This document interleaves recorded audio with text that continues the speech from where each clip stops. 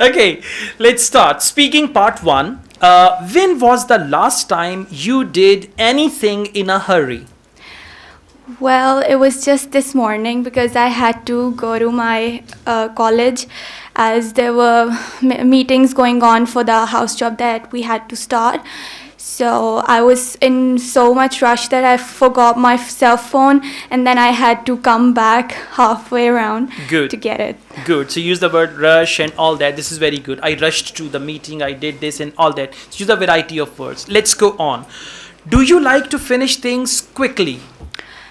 Well, I think yes, I tend to finish things quickly as I'm a very anxious person and I can't relax if I'm not able to complete something quickly. All right. So to answer your question, I often do things in a hurry or something like that. Okay.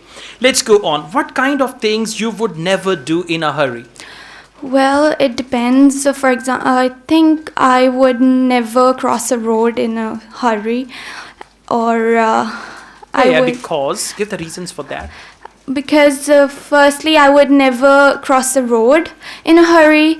Secondly, I would never rush in the morning because I tend to forget things. And to answer your All right, question, this yes. answer needs special attention, proper organization, proper ideas, and fluency.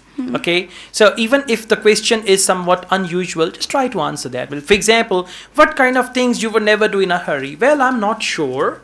There are several things which should not be done in a hurry. First of all, we should never cross the road in a hurry because it might cause some fatal accidents if we cross the roads in a hurry. On the other hand, whenever we are driving, I think we not be rushing on the roads because it may take anyone's life. So I think such type of activities should not be done in a hurry, something like that. Okay. Now let's go on. Last question. Why do people make more mistakes when they are in a hurry?